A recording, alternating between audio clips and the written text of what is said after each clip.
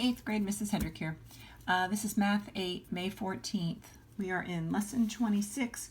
We're going to be working on 222 and 223 in your book if you want to grab your pencil. I also have a calculator. Okay?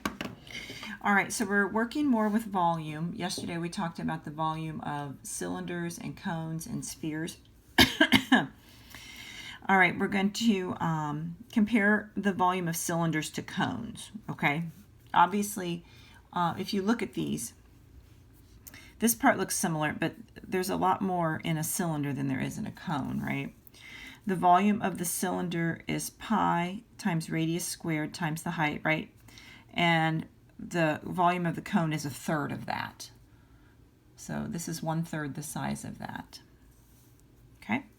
How are the base of the cylinder and the base of the cone related? Well, they're the same size circle.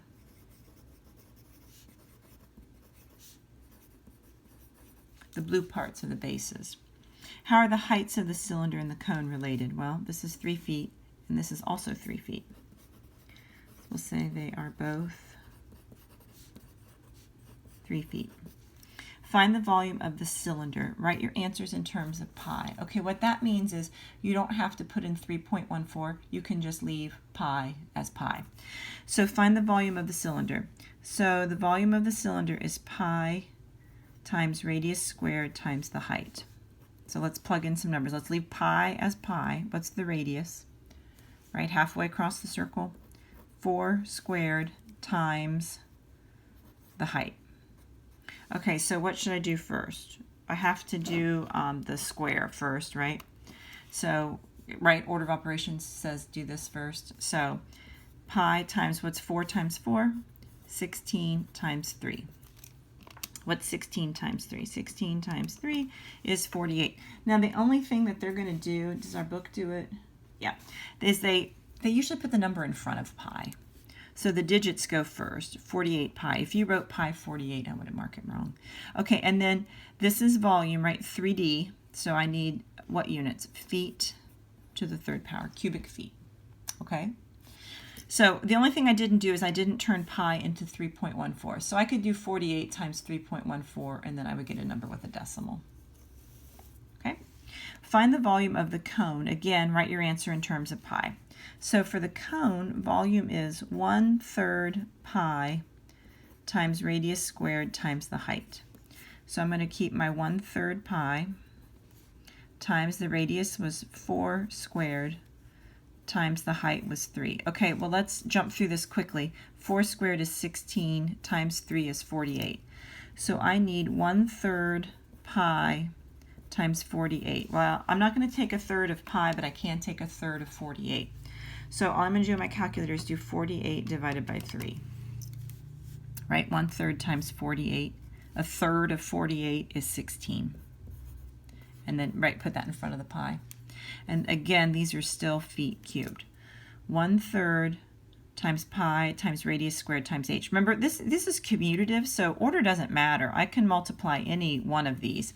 So I just copied this from up here. 4 squared is 16 times 3 was 48, so I wrote that. And then I did the 1/3 times the 48 and got 16. Okay. All right, how does the volume of the cylinder compare to the volume of the cone? Well, the cylinder is 3 times, right? 16 times 3 is 48. So the cylinder is 3 times larger. Okay? Suppose you fill the cone with water and empty the water into the cylinder. How many times would you empty the water from the cone into the cylinder? Okay, so I want to fill this with water and dump it in here. Well, if this is 3 times larger, how many times am I going to dump? 3 times, right? So how many times would you need to fill? Okay. You would fill the cone 3 times because it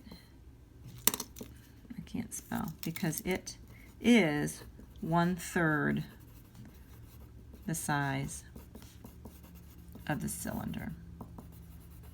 Okay, it takes 3 of these to make one of those, or this is 1/3 the size of that. Okay.